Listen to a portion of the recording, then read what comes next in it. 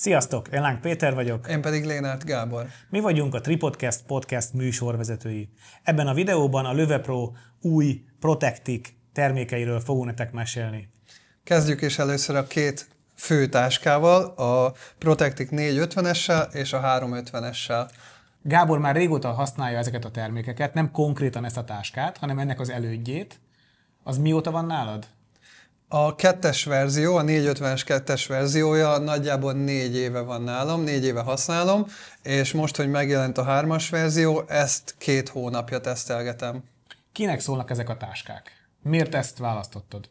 Hát annak nagyon sok oka van. Igazából ez egy olyan táska, ami főként fotóra fókuszál, és nekem a többi gyártónál, amik hasonló méretű táskák, azok már inkább a túratáska kategóriába esnek, és például vagy nincs bennük laptoptartó, vagy pedig egy üres táskát kapunk, és meg kell tölteni kamera cube-okkal, és nekem az egyik feltételem az volt, hogy nem akarok kamera cube-ozni, és nagyon tetszik, hogy ennek a teljes belseje az tépőzáras. Lefogadom, hogy neked a szín is fontos volt. Tehát úgy emlékszem, hogy te mindenképpen fekete táskát. Igen, a feketét azt szeretem, mert kicsit low-key, tehát nem annyira vonja magára a figyelmet. Nyilván erdőben előny, hogy magára vonja a figyelmet a táska, de utcán meg pont, hogy nem akarom. Tehát ez a széria elsősorban azoknak a fotósoknak szól, akik nem akarnak maguk után egy húzós koffert cipelni, hátukon akarják cipelni a cuccaikat, és jellemzően rendezvényfotózással foglalkoznak. Akár, vagy portré, vagy egyébként esküvőre is sokan használják, én is nagyon sokszor vittem esküvőre is, ugye teljes szett belefér, meg utcai portréfotózásra is nagyon jó, ahol nem tudod megtenni azt, hogy mindig fogod a gurulós bőröndöt, vagy ilyesmi, hanem legyen a hátadon a cucc, mert hát bármi baleset megtörténhet. Igen, hát meg az utcai portréfotózásnál kínos tud lenni a gurulós, mert melletted van, és könnyen elvihetik mellett. Igen. Én azért szeretem az utcai fotózásokon a hátizsákot, én mindig visszaveszem magamra, amikor éppen nem kell benne turkálni. Ja. És miért a nagyobb? Ezt te fullra pakolod, a kicsi az esélytelen nálad? Nekem általában a nagyobb táskákra van igényem, szeretem megpakolni a táskát, sok cuccot viszek általában magammal, és hogyha nincs tele a táska, akkor is szeretem, hogy van még helyen pakolni, mert nem tudok minden méretű táskát megvenni, és akkor inkább legyen nagyobb, hogy elférjek benne. Emlékszem, amikor fotózni kezdtem, talán Joey McNally-től hallottam, hogy a fotósok egyik ismérve, hogy nekik van a legtöbb táskájuk, mert hogy minden feladatra kell egy táska, mert hogy tényleg minden feladatra egy másik táska jó, övtáska, váltáska, kistáska, nagytáska. A kicsi szerintem azoknak lehet jó, akiknek vagy kisebb rendszerük van, akár 4/3 vagy APS-C, vagy egész egyszerűen nem visznek magukkal annyi fotós felszerelést, és mondjuk a kocsiban, ha mennek nyaralni, akkor egy kisebb táskának könnyebb helyet szorítani. Annyi a különbség a két táska között alapvetően, mind a kettő nagyjából ugyanazokat a szolgáltatásokat kínálja, még ebbe 16 colos laptop fér bele, ebbe 14 colos, ez egy fontos különbség, de igazából tényleg a szolgáltatások terén hasonlóak, csak ebbe egy kicsivel kevesebb cucc fér. Na és nekem 16-szoros laptopom van, tehát plusz egy indok. Akkor nálad ez nem is játszik ilyen szempontból. Akkor tegyük félre a kicsit, és nézzük meg a nagyot. Nézzük is mindjárt a kettes széria egyik legbosszantóbb tulajdonságát. Igen, ez állva marad, mert az alja egy picit négyzetesebben lett kialakítva, plusz egyébként a teteje is négyzetesebbre lett kialakítva, ezáltal felül több hely van, ugye láthatjátok, hogy aznek egy nagyobb ívben kanyarodik a teteje, ez pedig kicsit négyzetesebb, és akkor így több hely van itt igazából felül. Meg azt is láthatjuk, hogy itt nincsenek rögzítő pontok, itt pedig van csomó plusz rögzítő pontunk, amire mindenféle tartozékot rárakhatunk. Aztán, ami nekem még nagyon nagy probléma volt a régivel, hogy nincs rajta kulacstartó kívül. És már pedig a kulacstartó szerintem eléggé kell a táskákhoz, mert nyilván mindenki megszomjazik néha, és itt mind a két oldalon van kulacstartó, ami állványtartóként is funkcionál. A réginél opcionális külső kulacstartót kellett rárakni, ami mindig így lifegett össze-vissza. Azt mindig néztem, amikor jöttél hozzám, hogy egy külön ilyen bazi nagy kulacstartó volt itt, ami akkor nagyon kellemetlen, amikor vagy erdőbe mész, vagy olyan helyen, ahol szűk a hely, vagy tömegközlekednél a táskával, fordulsz és beleakadsz. Meg a másik, amiben sokan nem gondolnak szerintem bele, hogy minden mozgó alkatrész egy táskán fárasztja a cipelőt. Meg súlypont nagyon távol van a hátattól, ugye itt meg ugye oldalt van könnyen. de úgy lett kulastartója, hogy megmaradt az oldalsó nyílás, tehát minden igazából ugyanúgy hozzáférhető. Felül is ez egy olyan univerzális táska, hogy gyakorlatilag van felső része, van 2 oldalsó zsebe, és akár teljes mértékben rálátunk a teljes szettünkre felülről is, vagyis hát nem felülről, hátulról. Az a jó fotós táska szerintem, amit úgy tudsz lerakni, hogy a háta nyílik ki. Mert hogyha a táskát innen nyitod, akkor kénytelen vagy a hátára rakni, amit, ha leraksz a földre, sárba, koszba, mit tudom én. És utána a fehér inget. És ha szépen fölveszed a hátadra, az halott dolog. Tehát nyilván a Protectic táskák mindegyike hátulról nyílik, ez rablás, gátlás szempontjából is szerencsés. Bár én még nem láttam olyat, hogy valakinek a táskáját villamoson, buszon kicipzározták volna, de azért megnyugtató érzés az, hogy így nyílik ki a táska. Milyen különbségeket veszel még észre a kettőnek a hátán? Fogantyú. Van fogantyú mind a 2 oldalon. Az nagyon fontos a tatyóknál. Annyira kellemetlen, amikor hátulra kell nyúlni, fordul. Igen, ha van alól is fogantyú, meg felül is. Pláne, hogy ezek a táskák jellemzően nehezek. És amikor olyan hülyén kell megfogni, és át kell fordítani ahhoz, hogy egyáltalán meg tudjam fogni, akkor nagyon jó érzés tud lenni. Nem tudom, hogy ennél fogva meg lehet emelni. Én rendszeresen így emeltem. Tehát nagyon sokszor így emeltem be autókban, meg ilyesmi, és nyilván ez arra is való, hogy a gurulós bőröndön átfűzd, és akkor könnyen tudod vinni. Aha. Meg az új verzióban, ha megnézed, akkor az a rész, ami a hátaddal érintkezik, az sokkal több levegőt ad. Nézd meg, hogy ez gyakorlatilag sima, ez meg ilyen eléggé érdes, tehát hogy nem engedi annyira izzasztani a hátadat igazából. Megnézem 40 fokban, hogy mennyire nem izzad a hátad. Meg egyébként egy picit talán keményebb is, tehát jobb a tartása. Nem, az amúgy tényleg egyértelmű, hogy ez a középső rész, ahol a gerinc fut, ez egy picit jobban mélyítve van itt, igen. Tehát jobban elállnak a párnák, ez teljesen érzékelhető valóban. Akkor ami még látszik, ugye, hogy a régi körülbelül ilyen 66% újrahasznosított anyagokból készült, ez pedig azt írja a gyártó, hogy akár 93% újrahasznosított anyagokból készült. Itt a kis zöld bár mutatja, hogy hány százalék. Én nagyon sokáig azt hittem, hogy ez csak egy design. Csak egy design rajta, és ahogy néztem a termékeket, hogy mindegyiknél más, hogy van ez a loading bar betöltve, akkor vettem észre, hogy ez azt mutatja, hogy melyik Löwe-Pro termék mekkora arányban újrahasznosított. Térjünk vissza a táska viselésére, ami tudom, hogy neked nagyon fontos, hogy ki lehessen venni egy táskából az övet. Nem tudom, hogy ez miért fontos neked. Azért fontos, mert használom simán fotós övként. Tehát rárakom az objektív tokokat. Tehát nem kell külön övet raknom a táska belsejébe és magammal vinnem, hanem a táskának a szupportáló öve az utána a fotózáson a fotós övem. Tehát arra rakod rá a kis objektív tartóba. Igen. És ez a nagy változás, hogy a réginél a bal oldalon csak egy zseb volt, tehát itt nincsenek rögzítési pontok, ahová rakhatod az objektív tokokat. Az újon mind a 2 oldalon vannak rögzítési pontok, tehát mind a 2 oldalra rakhatsz objektív tokokat. Igen, itt egy pici zseb van, ami egy túratáskánál tök hasznos, viszont egy dolgozó fotósnak nem annyira hasznos szerintem. Igen. A másik változás, hogy a csat az picit vékonyabb lett, tehát könnyebben csatlakozik, és simább igazából. A másik az néha nekem oda csípte az ujjam. Ami egy pici visszalépés, hogy ezt a kis flappet, ezt itt el lehet vezetni, van egy ilyen tépőzáros elvezetője, erről már a tépőzár lemaradt, ezt nem tudom miért van. Ezen kívül egyébként ugyanolyan kényelmes az öv, talán egy picit kényelmesebb így a dupla szivacsozás miatt. És még egy dolog, egyéb túratáskákhoz képest, vagy sok más táskának az övéhez képest, hogy itt pántnak a kezdeténél van az állítás, ezért amikor rajtad van, sokkal könnyebb ugye állítani. Nagyon sok táskánál nem a kezdeténél van az állítási lehetőség, hanem a végénél, és akkor fura húzkodni. Igen, ez sokkal könnyebb így, ráadásul amikor húzod meg a táskát, kicsit tudsz a hátaddal segíteni, igen. Ez egyértelmű, amikor itt kell meghúzni, az nem csak húzod bele a hasadba az övet, az nem egy szerencsés megoldás. Így van.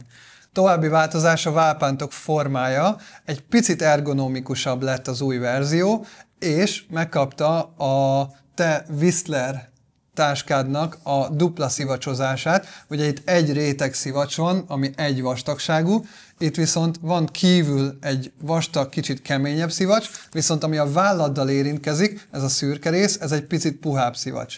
Tehát dupla réteg igazából. A Whistler ez nagyon kényelmes tatyó, és a válpántja különösen jó, úgyhogy ez jó lehet. további változás a válpántnál, hogy a mellkaspántnál egyrészt rögzíthető lett az egyik pont, a másiknál nem rögzíthető, plusz került síp is. Ó, a síp az fontos. Igen. Egyébként a síp az jellemzően az outdoor, vagy ilyen adventure táskáknak a kelléke.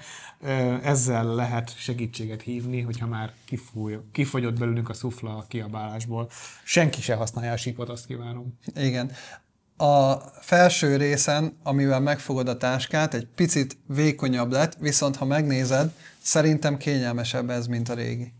Hát a más már csak azért is, mert könnyebb belenyúlni. Tehát sokkal könnyebb alányúlni.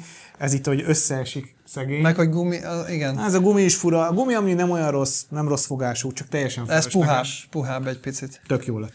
Ezen kívül, amit én nagyon szeretek, hogy végre megint nőttek a külső zsebek. Ha valaki végigkövette mind a 3 szériáját a Protecticnek, tudja, hogy az első szériában az oldalsó kis zsebek még nagyon picik voltak, a második szériában már egy picit nagyítottak rajta, viszont a harmadik szériában már kifejezetten nagy és elasztikus zsebeket kapunk, tehát ez is egyre nő, egyre több külső zsebünk van, egyre több külső tárolási lehetőség.